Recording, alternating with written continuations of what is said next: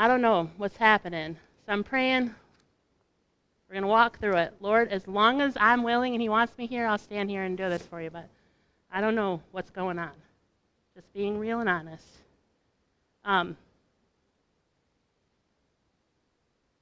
We are in a new series. I'm super excited for it. It's like new year, fresh, all the things. And in it, we're going through genuine faith. A faith. So we, as a team collective, and we're like, hey, what is the theme that God has on our hearts? And so we are doing this. I'm sorry, I'm like all over the place. I'm like, Lord, get my thoughts in. Not my thoughts, yours. I'm just going to pause and pray again because I just need to.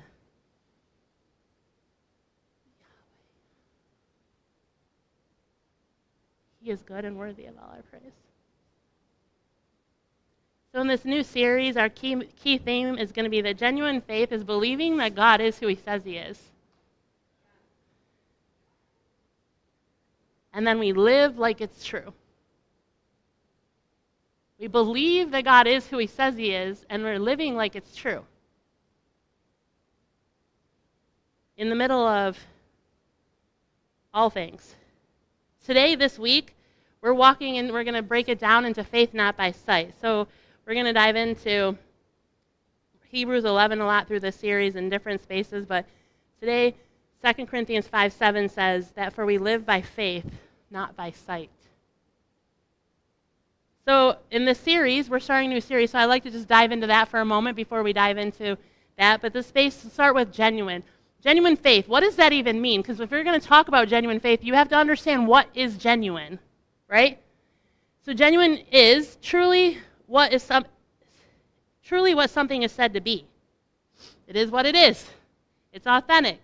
It's sincere. It's real and honest. For genuine in our lives, it's this inner reality where our inner life matches our outward life. There's no pretending. There's no performance. It's where your outward actions match your inner self. So it's not coming to church and saying everything's fine, and then you have this inner turmoil. Or maybe you feel good on the inside, and you say you love Jesus, and you're walking in this space, but everything that comes out of you is negative and is accusing the people around you. Maybe. So that's the genuine space. It's the space that is more about the realness of it. And as I was thinking through this, like genuine faith is not about our image. It's more about integrity. It's more about the trueness, what's underneath there, what's really in there. It's like, what are we going to do when the lights are on us, when we're on stage, when we're off stage, whatever your stage looks like. When you're with people, when you're all alone, when it's late at night, nobody's watching, what are you doing? What do your actions show? We have this core value around here called authentic community, and we have this cool picture thing back there, and hey, if you don't know this, I want your pictures up there. So get pictures of you living your authentic life and put them up there. You'll see funny pictures of lots of people around here, but there's a lot more room. We have a lot more places, so let's crowd that wall and keep that up there. But around here, that authentic community is the space where, like, you've heard Chris, Jamie, myself say this, we're just doing this for real. We're doing this for real. We're living this out. Like, it's genuine. This is what we are. It's like, if we're not going to try and pretend that this isn't happening or what's going on. We're going to keep walking in that space. But it's more than what we do. Being genuine is who we are. It's where we want to walk from that space in the community collectively. It's being your truest self before God and before others. God's always there. So in the late night, the early morning, some people don't make it to late night. That'd be me. They're just seeing the early morning when nobody's watching. Yeah, a friend of mine and I joke about it. It's like when she goes to bed, I get up. She's a late night person and I'm an early morning person. Then faith. What is faith? And we all go, okay, well, faith is whatever your definition of faith is, but faith is complete trust or confidence in someone or something. So biblical faith would be an active trust in God, right? It's reliance on him. It's commitment to the belief even without the full proof. Like, our faith in God isn't necessarily because we have proof of God, but we have this faith. And it's often demonstrated out in our actions, in our obedience, in our reliance. So our faith, we could say, is that complete trust or confidence in God. Like, if we're talking about our faith, genuine faith, it's like a real, honest, genuine, confident or trust, complete in God. So there's this space like, it's like not counterfeit, but genuine, right? So you can take like a counterfeit bill, right? And I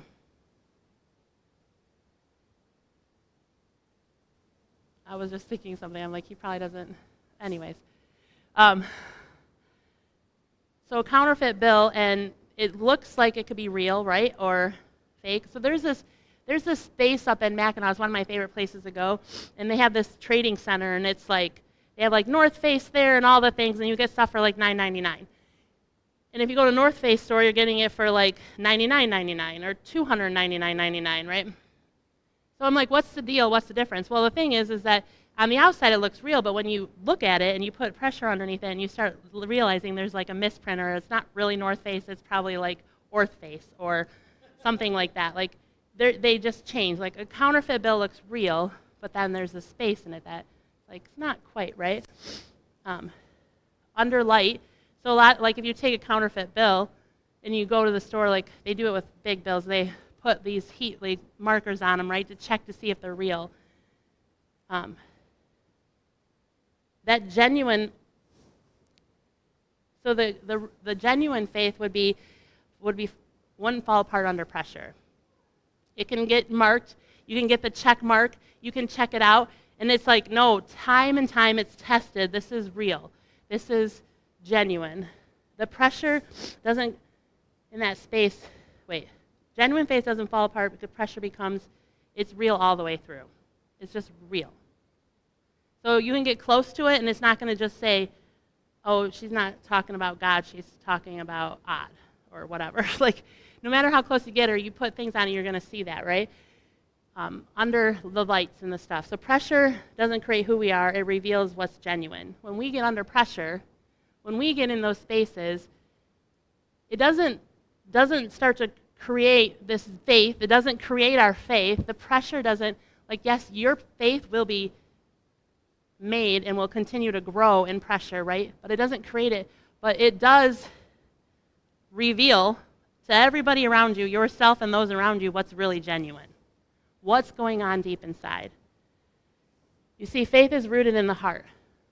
It's not in appearances, it's deep in the heart. And in Proverbs, we see this faith begins on the inside. Proverbs 4:23 says, above all else, guard your heart, for everything you do flows from it. Everything that we do flows out of our heart. Faith doesn't start with what?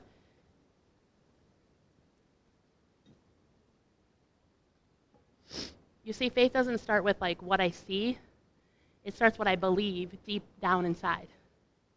I've had lots of conversations with people, and we're actually starting some healing and some walking with some people through some groups. And if you're like, ooh, that I want more information about that, you can come talk to me or Jamie later. But this space of walking where what I believe about God is often tied to my father, earthly father, my earthly mother, their lack thereof, or all the people that you're caretakers in your life, you often will project what you believe about God because of that. And it's interesting. As good as it could be, or as hard as it could be, we often do that space. But there's this belief that from the time we're born and we are little and we grow up, that we start to believe things. People say things to us, do things, we learn, we experience things, and we start to believe things. So the fact that everything we do flows from the heart, that's out of Proverbs, and Jesus confirms this. We're going to go to Matthew 12. Jesus, when he's talking to his disciples, he's talking about all the sin and their thoughts, and he's talking to it about being a tree is identified by its fruit, and what's identified by what. And he says this to them. He says, for whatever is in your heart determines what you say. So what's in our heart determines what we say. Again, that pressure comes on us, and out comes yuck. It's because it's in your heart. A good person produces good things from a treasury of a good heart, and an evil person produces evil things from the treasury of an evil heart. What's in the heart comes out. He doesn't say that once, but he says it again later on, Matthew 15.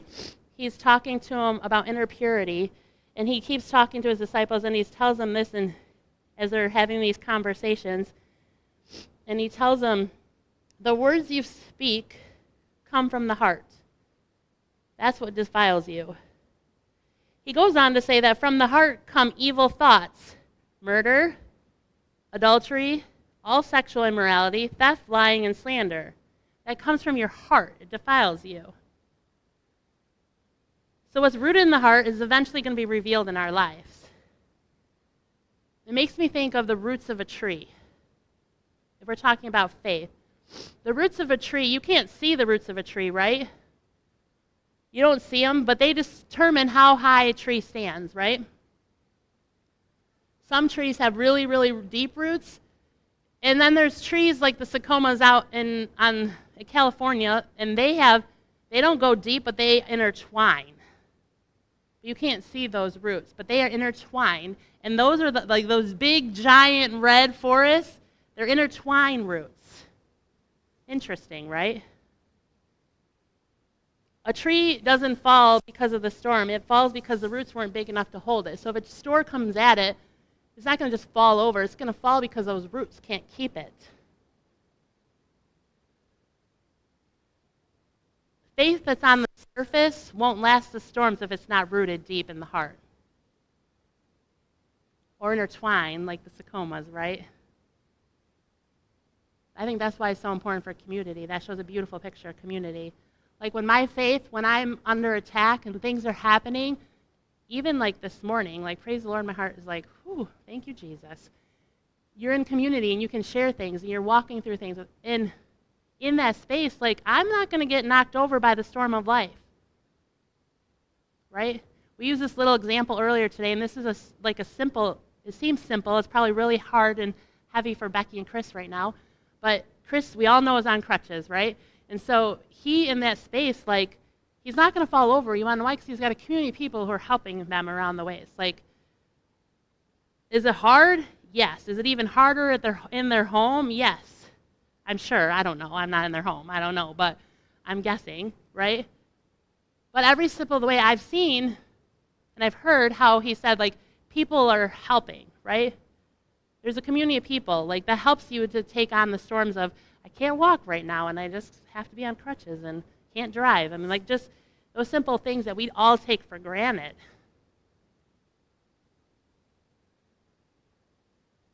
Faith glass is invisible at first, but it's rooted at first. Trees aren't visible at first, but they're rooted. They grow their roots before they grow tall.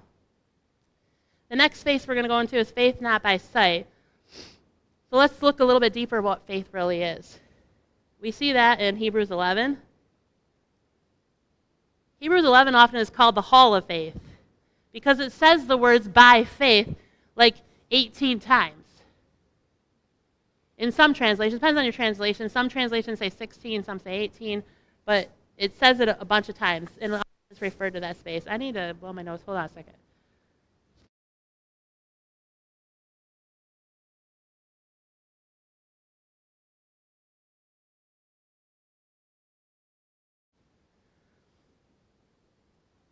All right, so Hebrews 11, we're going to dive into that.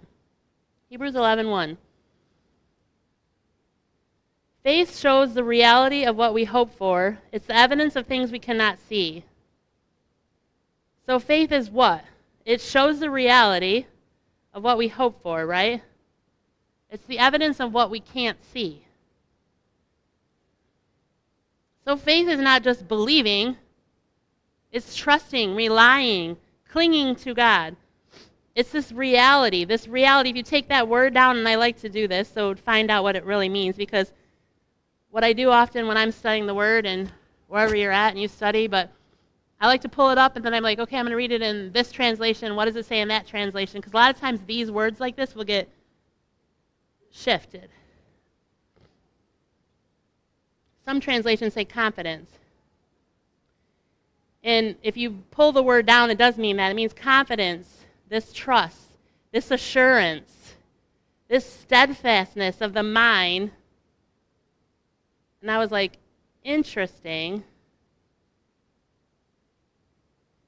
It's what we hope for it, so the reality, right? And the evidence of things we cannot see. The evidence. So that evidence, if you take that into Greek language and pull out the roots and stuff, it really literally means proof. It's that by which a thing is proved or testified to. It's evidence.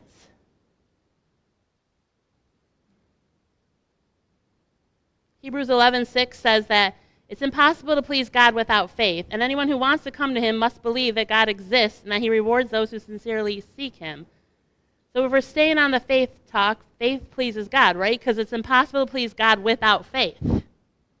I can't please God without faith. It's interesting. He doesn't say here, like, pleasing him by what I see or what I do. He's like, without faith, right?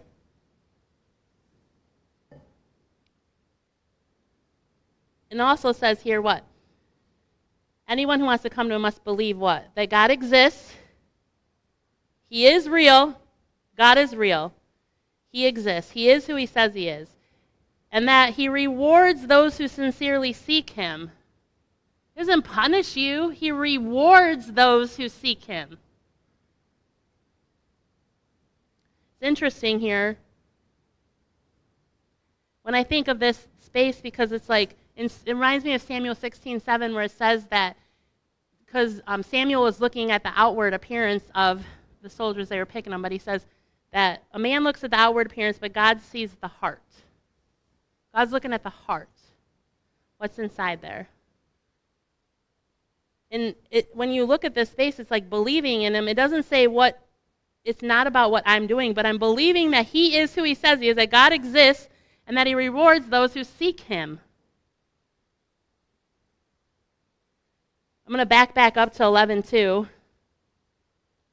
says, through their faith, see again, through their faith, the people in the days of old earned a good reputation. I sat on this for a while, and I was like, so it was through their faith that they earned a good reputation. So what is good reputation?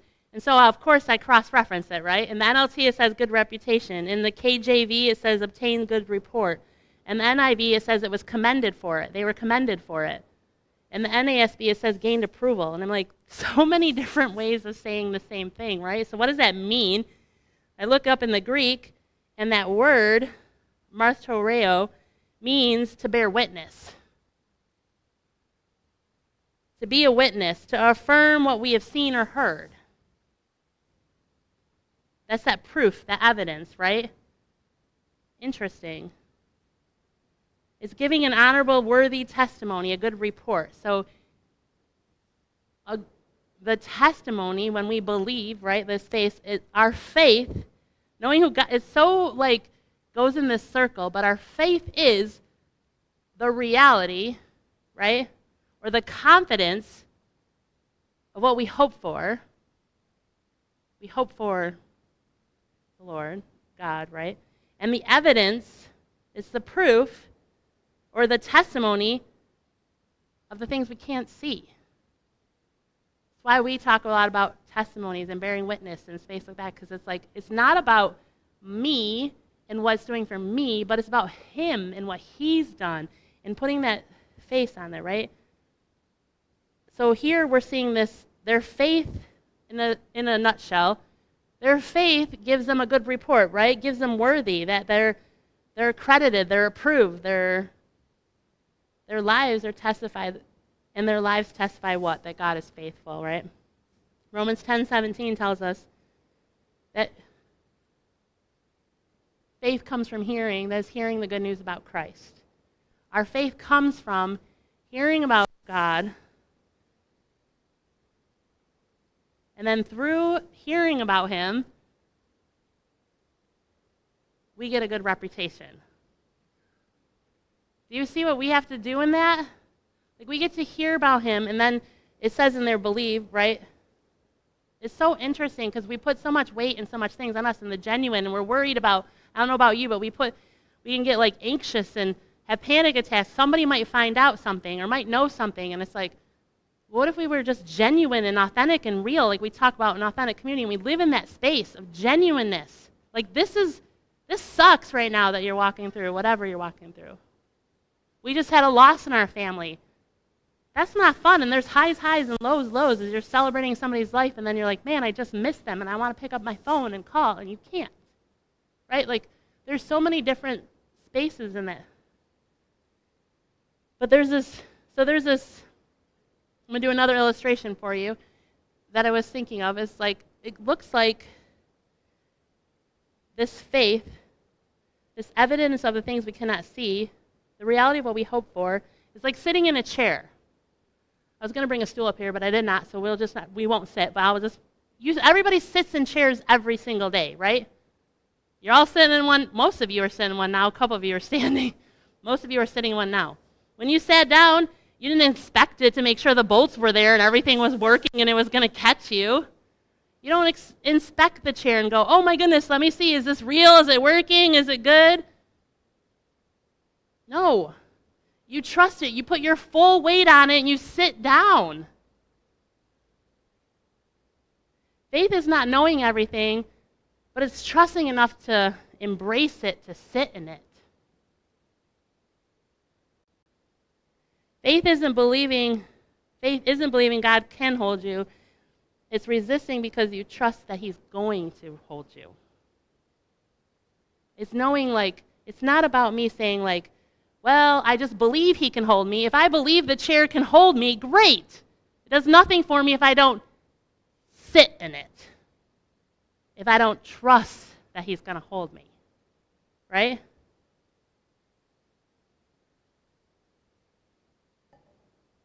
Faith sees God at work even when we can't in the unseen.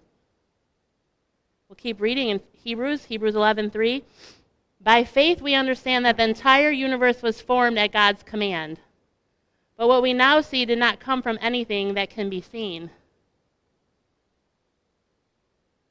We understand creation by faith. God spoke in Genesis 1:3, and what did he say? Let there be light. There was. It didn't pre-exist. We understand the entirety of the whole universe, that it was formed, this is what Scripture says, at God's command. And what we see now did not come from anything that can be seen. It's so interesting. The seasons change, right? We all know it, and some of you know the science behind it, but you still can't see it. You don't understand it. Like, you don't understand, like, the snow's out there and what's happening. We know but you don't see it. The trees look dead. We have a tree across our yard, always reminds me because it really is dead. I don't know how it's still standing, but it is. But it always reminds me of, like, just a good analogy, but when I look across it of life and death. But anyways, all the rest of the trees around are not dead, most of them. They look dead though, right? There's no leaves on them, there's no nothing, they're just hanging there. But they're all preparing to bloom, to bring new green leaves. They're all preparing for that. All of creation points to the Creator. Chris, I've heard him share this, and I'm stealing it and sharing it again. And I don't know if he shared it up here, but whatever, we're going to share it again. I've heard him say this several times over the last couple of weeks about him sitting at a table with one of his boys and looking out into his yard, I think, and talking about why he believes, like, his faith, what his faith is about, right?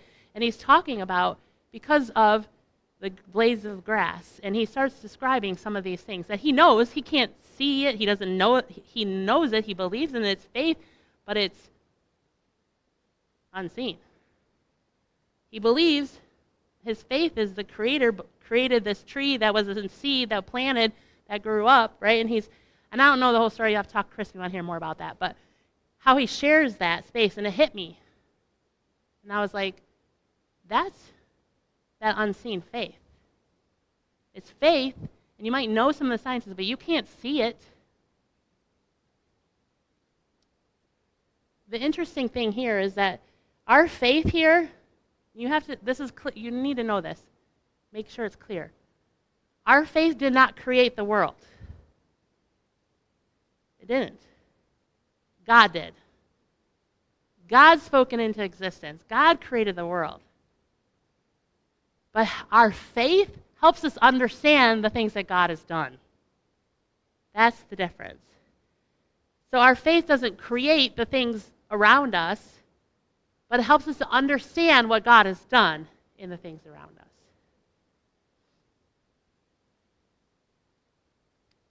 We mentioned faith-pleasing God. I'm just going to, in Hebrews 11:5, it says, by faith that Enoch was taken before he died. He just, poof, gone. Why? Because he was a person who pleased God. That genuine faith, he pleased God. And remember what 6 says. It says that it's impossible to please God without faith, so I'm guessing he had faith. We'll dive more into that story later. You can read it in Genesis 5. But faith understands that this whole creation and everything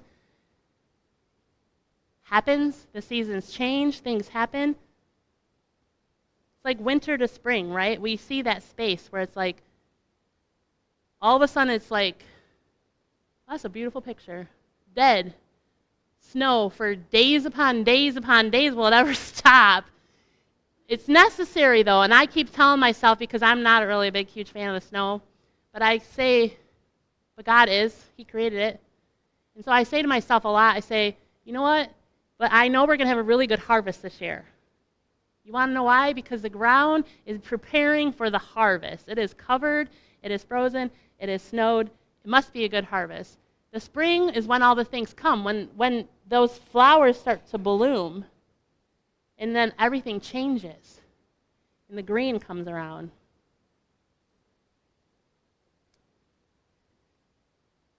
On the left there, it looks like the bark's dead, but the truth is the bark's really moving, and the roots underneath that, and it's growing, and it's preparing for the next.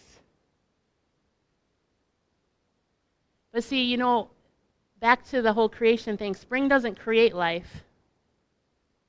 It doesn't create the life. It reveals what's already happening in the season before it. It reveals what's already happening in every season. And just because you don't see God working does not mean that he's not. He is moving. He is working. I love that space in 11:6 where he says that you have to believe that God exists and he rewards those who sincerely seek him. Do you believe that he's going to reward you if you seek him? Interesting. I just thought that was a good question. I think I ask myself all the time. If I seek God, is he going to reward me? I don't think he's going to reward me with a new car and a new house and all the money in the world, because he's not going to reward me with the things of the world. He's going to reward me with intimacy with him, and whatever that looks like. Sometimes it looks like provision and new cars and things. But it's not the prosperity. Just going down that road for a second, because I don't believe that you can just be like, oh, he's going to reward me, and if I do this, God's going to give me this. I don't think he works like that, and I don't think he's a genie in the bottle.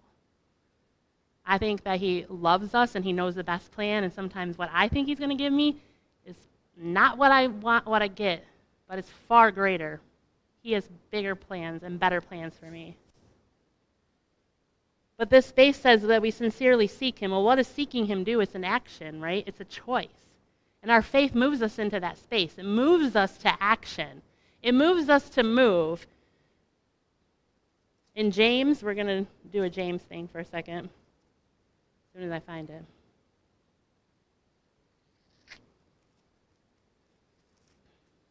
In James 2:18,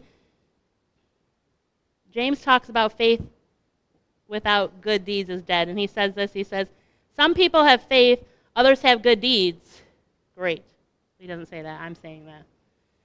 But I say, how can you show me your faith if you don't have good deeds? I will show you my faith by my good deeds. I'm going to show you my faith by my actions. I'm not going to prove, he's like, I'm not going to see your faith if you don't have good deeds. If I don't do anything good, if I hate my neighbor and walk and tell everybody everything negative and there's no fruit, there's no faith. That's what he says. And he goes on in 19, he says, you say you have faith for you believe there is one God. Great. Pay attention to this. You believe that there is one God and you have faith. Great. He didn't say that again, I'm saying that. He says this, good for you. Even the demons believe this. Even the demons believe that there's one God. I think they know the best. They're the ones trying to take over with pride and say, I got this. And Jesus is like, nope, I already did. It's already done. And that faith, that action, again, I'm going to show you my faith by what's happening around me. Hebrews 11:6. We believe God exists and he rewards those who seek him. That genuine faith comes out in those spaces. There's tons of examples through Hebrews 11, and I'm not going to read the whole thing today. We're going to dive into a lot of stories throughout the series. I'm just going to hit on some. But in 11:7, we see Noah and the story of Noah. And don't worry if you don't know all this stuff. You can look it up, or we will dive into it. We are going to walk through all these stories. It's so fun. Sunday school stories. This is what I remember when I was a kid. This is a total rabbit trail. But I'm going to show, when I started reading the Bible, I thought that Noah happened later in life, and then when I realized that it was Jesus and then it was Adam and Eve, and then it was Cain and Abel, and Noah's in pretty quick, I was like, what in the world's happening here? Cain and Abel I thought happened at the crucifixion. I don't know, but I was like, that's the second story of the Bible. What in the world? So you're in good company is what I'm saying as you're learning the Bible and reading through it. That's why we read it. So we're going to keep diving into that. We're going to keep reading. You can read too in Genesis. Anyways, Noah trusted God with something never seen before. Ooh, sorry. In 11:7. The result was he was righteous by his faith. How was he righteous? By his faith. Abraham, he obeyed God and went without knowing to a land that God promised him. We see that in 11:8. And what was the result from that? We see it in 11:9. Isaac, his son, and Jacob, his grandson, inherited the same promises that Abraham did because of his faith. Sarah, who is Abraham's wife, if you don't know, Sarah, in 11:11, she believed God would keep his promise. And then she had a baby in her 90s. Here's the thing. It's not about the age, it's about God's faithfulness. It's not about her getting a baby, it's about God's faithfulness. His promise coming true. It's his promise. God's promise fulfilled. And the result, a whole nation came from this one man. We all come from this one man. Our faith is passed down from this story. Hebrews 11:13. Back to Hebrews 11:13.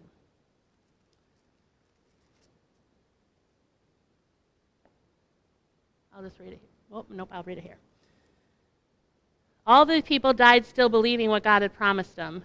When he was talking about this, and then he said, the whole nation came and all these people died still believing God promised them. People died because they believing that God was going to give them what they promised. They didn't see it. They believed without receiving. They were believing in this Messiah. They were believing in this faith, and yet they died. They just believed without receiving it. We're on the other side of that. It's already happened, but we're all sitting here hoping one day, believing that Jesus is going to come back, and there's going to be no more tears. There's going to be no more pain. That's what the promise is, right? The eternal life. But we're all going to die, hopefully believing that promise. I want to. But faith lives in the now and the not yet. I'm going to receive that right now and believe it's going to happen, but it's not quite here yet. And we see faith prove itself through obedience. And I'm just going to say this, but belief without action is not trust. I can believe it all day long. I can believe God is who he says he is. Even the demons believe that, but if I don't act upon it, what do I really believe? If I talk ill of everybody around me, what do I really believe? About me? About people around me?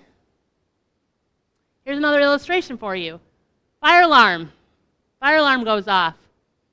We have the fire alarm, and it goes, boom, and all of a sudden it goes off. It's really loud. I should have used the safety ones now. I was in the airport not too long ago, and all of a sudden they did I don't know if it was real. I think it was real. But like shooter, they do alarms for that, things like that, and everything shuts down, and people move out of the way. And anyways, back to the fire alarm, because that's what we're using. The fire alarm. We have a fire alarm right here today, and it goes off. And you're all sitting here. And you stay here, and you stay seated. Well, guess what? You don't really believe there's a fire. What you believe determines how you respond. Because you believe there's a fire, except for Nate, who's a firefighter, are all probably getting out. Firefighters, rescue people are like, let's go in, everybody else gets out. But our actions prove what we believe. I'll tell you, when that thing went off in the Atlanta airport, I was like, what is happening? When gates started shutting down and all these people are on raise, I was like texting my people. I'm like, I believed there was an active threat. And I'm like, I don't know if it was a drill or if it was an active threat, but I believe there was. And so I'm asking my community, what did I do? Some of you in here know, because I'm like, hey, this is happening. Will you pray? I've never experienced it. I never experienced it before. There's a lot of people in the Atlanta airport, just so you know. What you believe determines how you respond. When someone comes at you and they say something negative about you, what you believe about yourself is how you're going to respond.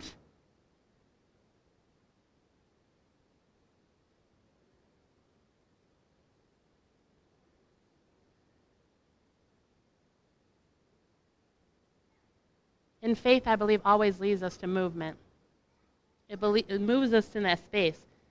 Now, we don't act because we're fearless. I don't say well, I'm fearless, I can take on the world, and so therefore I'm going to do. No, we act because I trust God. Right? Even in those spaces, like in the airport, when I was freaking out, I actually wasn't really freaking out. I had a lot of peace. To be alone in the Atlanta airport, I had a lot of peace. But it's because I knew and I trusted in God, and I'd asked my community, my sequoia trees, in those spaces, will you pray with me? When I was up against my appendix and it had ruptured and I was in the ER and I was going in for surgery, and I just had a friend that they had opened him up, and it was changed his life. He had this open wound for so long, and the toxicity from an appendix rupturing. When I was wheeling down that thing, and I was like, there's those spaces, you have a choice. And I knew, I held on and I clinged on to God. And I was like, because I know that you are good. Do I want to leave my children? No. I've had these thoughts all week long, actually. Interesting. Fighting through this space when you lose somebody so close. Unexpectedly, we lost Sam's aunt, which is like his mom. She's not that much older than me. And I was close to her. And she believed in me when I didn't believe in myself. And she checked on me. She'd ask me this all the time. Did you give up on yourself again? I haven't heard from you. And in those spaces, I don't even know where I was going with that. God, what do you want to say?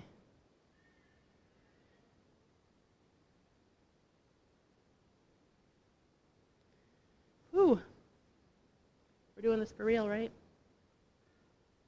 That's real and raw, guys. That's like week old. Maybe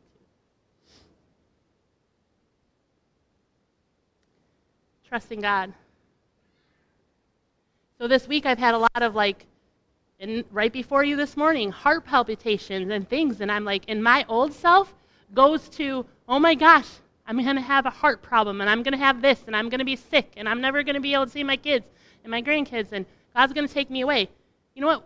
What worry does that do? It doesn't take away from today. Like, it's going to steal the joy that I have right now if I just sit and worry in that space. No, I'm going to trust God.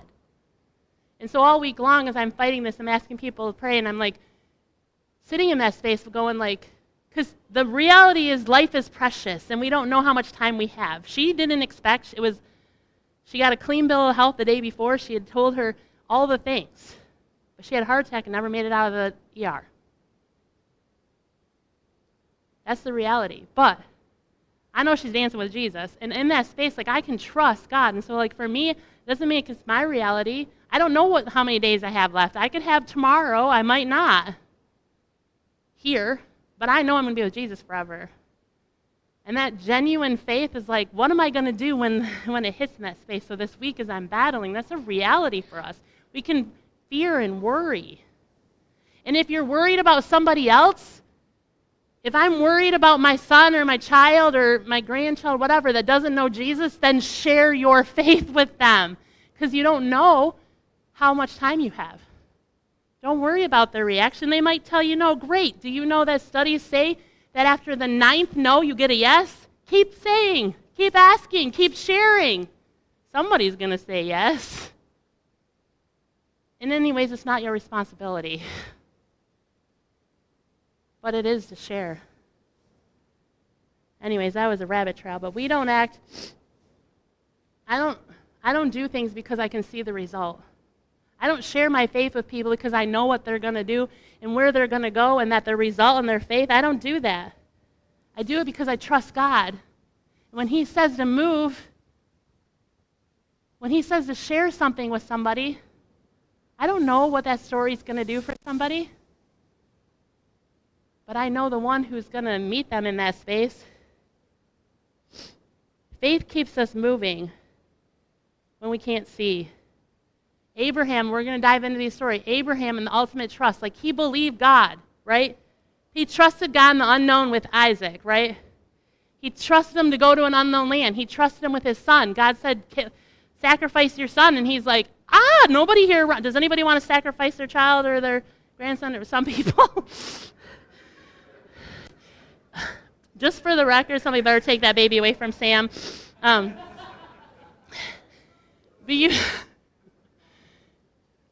Isaac, he had to do that, but you know what? He knew the promise of God. God said what? That he would be the father of many nations through Isaac. He knew that. So no matter what happens to Isaac, just like me, I knew that I was going to make it and that God would take care of my kids when I was facing that surgery.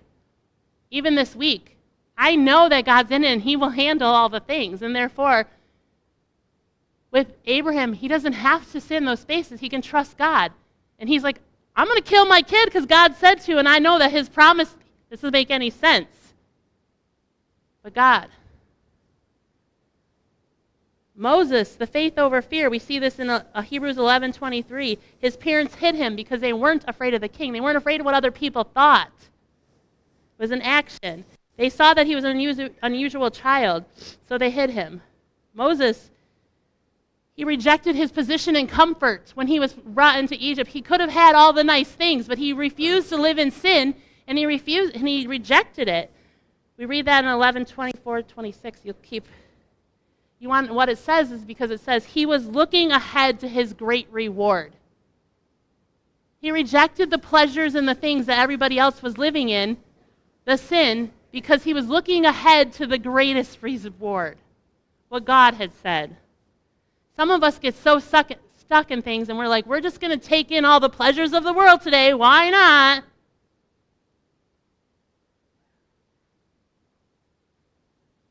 When maybe we need to get our eyes back on the real reward, the peace. Because I've been there, done that. I'm not proud of it, but I've done all the drinking and the partying and the drugs and the guys and all the things. And you know what leaves you? Empty, numb, more problems, more yuck. It doesn't fix it. But when I run to Jesus, I get peace and love and joy and patience and kindness and the great rewards that he gives. Same for you. Hebrews 11:27 says this. It was by faith that Moses left Egypt. He wasn't fearing the king's anger. He kept going. Why? Because he kept his eyes on the one who is invisible. We might not be able to see God with our eyes. We can keep our eyes on him. We know the truth and trust him with the truth. Hebrews 11:29 says, it was by faith that the people of Israel went right through the Red Sea, through they were on dry ground. The Red Sea moment, we see this in Exodus 14. I won't read that. You can read it later. But in Exodus 14, first of all, God says, hey, you need to raise your hands and do this. And because Moses is crying out to God. He's like, help them, help us. And he's like, you raise your staff. You split the sea. You do this. He's like calling him this. And then later, Moses does that. He says, okay, God said he's going to let us walk through on dry land. So I'm going to trust God, and I'm going to step into the sea and raise my, while I'm being chased by all the Egyptians. He did, by faith, that sea. The sea didn't part because of the faith, but it moved because of his faith. Like, in his faith, God moved it. Don't get that wrong. God moved it. But in his faith, it didn't move until he exercised his faith, until he actions to his faith. Faith often moves before the miracle. We see this in Abraham. He stepped forward trusting God would provide even when his own son, he trusted God to provide. Maybe you need to trust God to provide. Moses kept moving on his eyes on the invisible God no matter what, chased by his enemies. Maybe you're feeling surrounded. You need to keep your eyes on the invisible God and know that he's got you. Maybe you need to be reminded of that right now.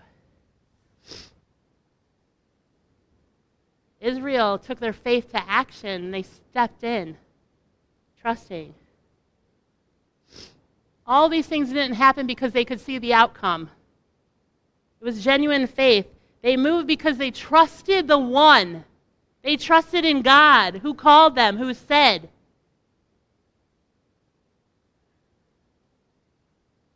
I would think of it like a frozen lake. Perfect timing in this winter, right? Some of you are ice fishermen, and I know some people who are ice fishermen. There's a frozen lake.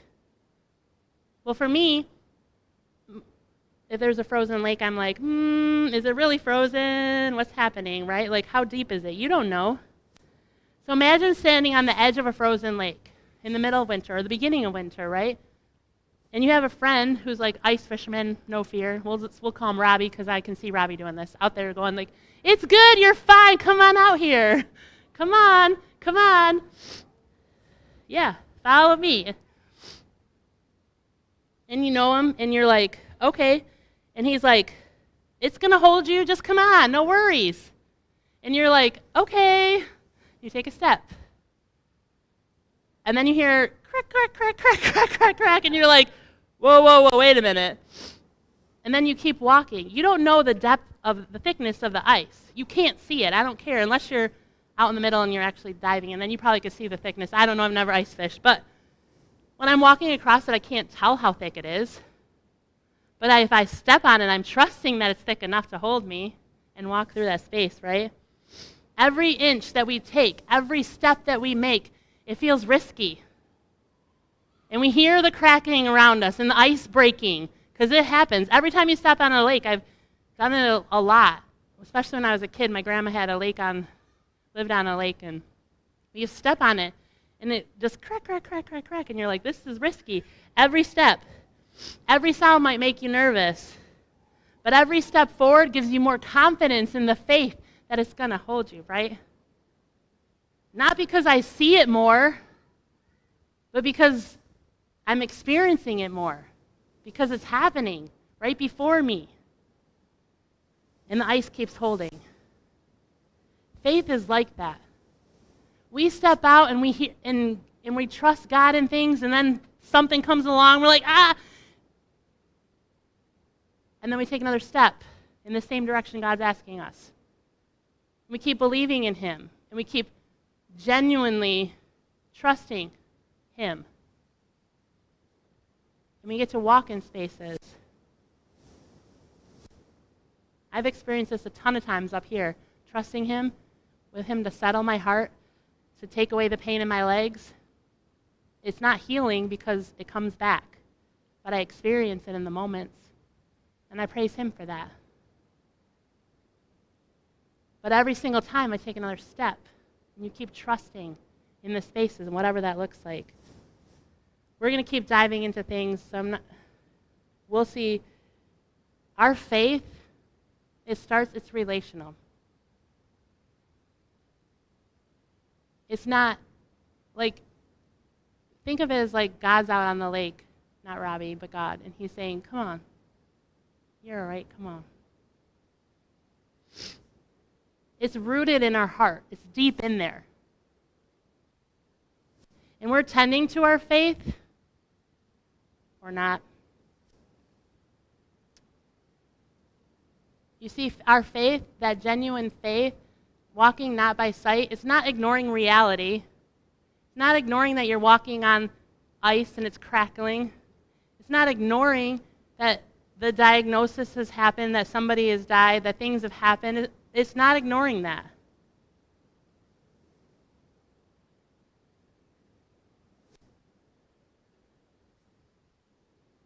Second Corinthians 5:7 says, for we live by faith, not sight. Faith is choosing to trust God, what our eyes can't see, without the proof.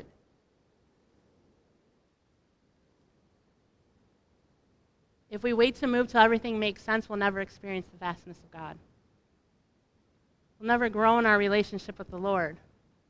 We'll never be able to experience that trust and to see Him move.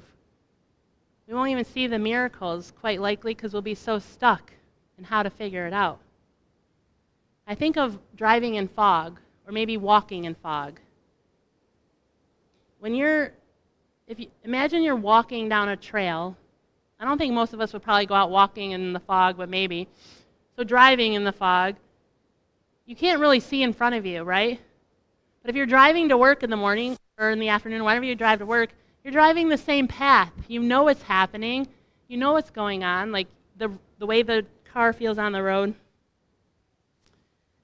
Or if you're walking on a path, if I stay here until I can see, I'm going to be stuck until the fog lifts.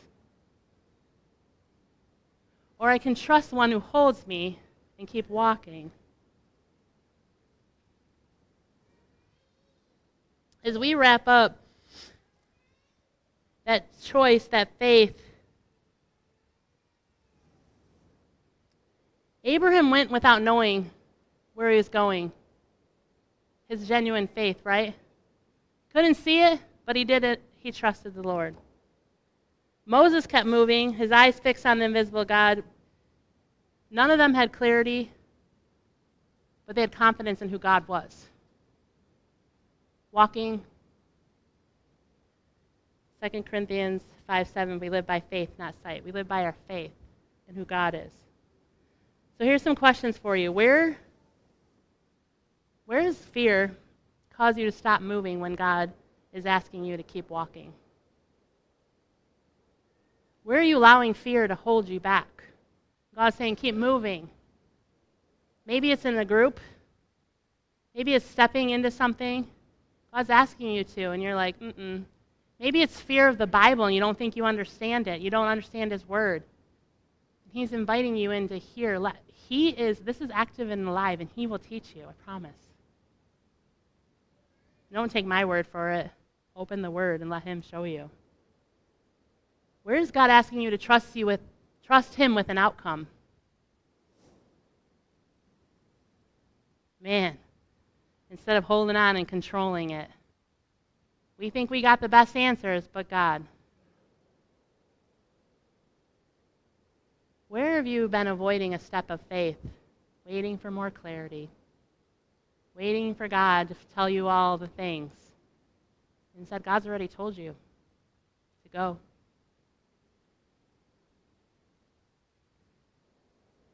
What would it look like if we walked by faith and not sight?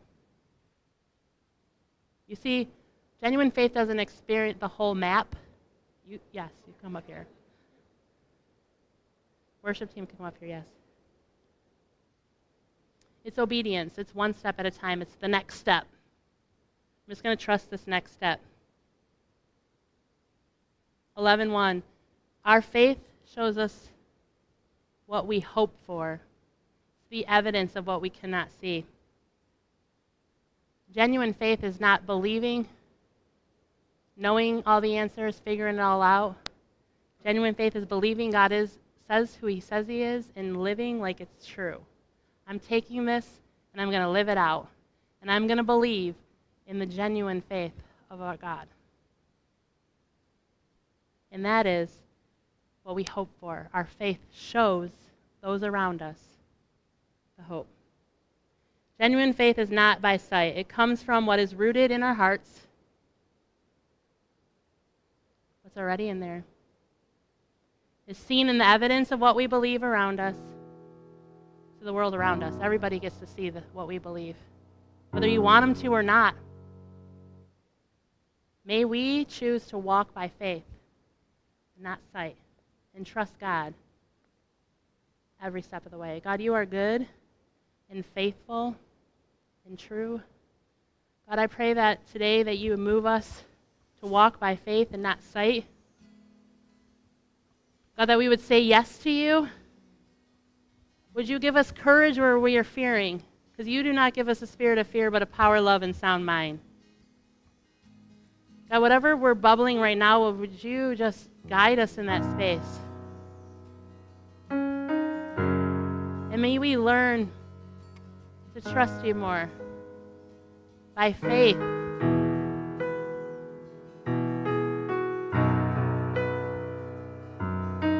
By faith, we are healed. God, you are so good. Thank you. God, would you give us courage to step out? Would you give us courage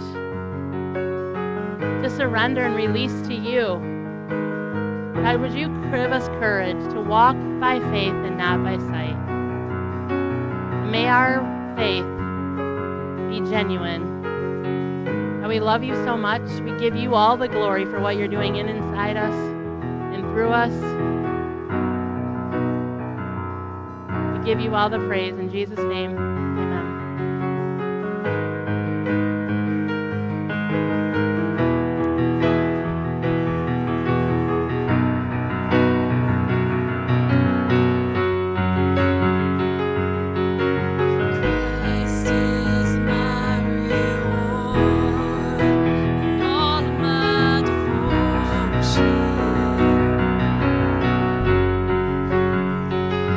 Now there's nothing in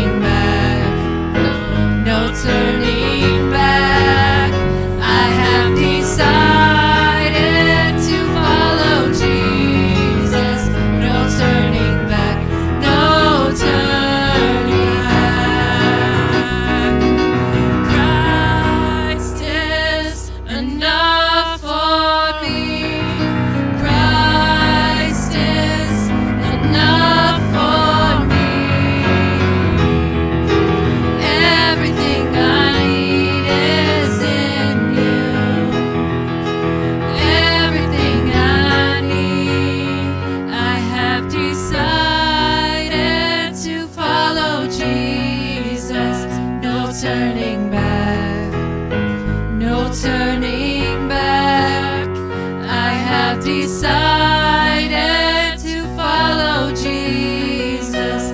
No turning back, no turning back. 'Cause Christ is enough for me. Christ is enough for me. Everything I need is in you. Everything I need, I have decided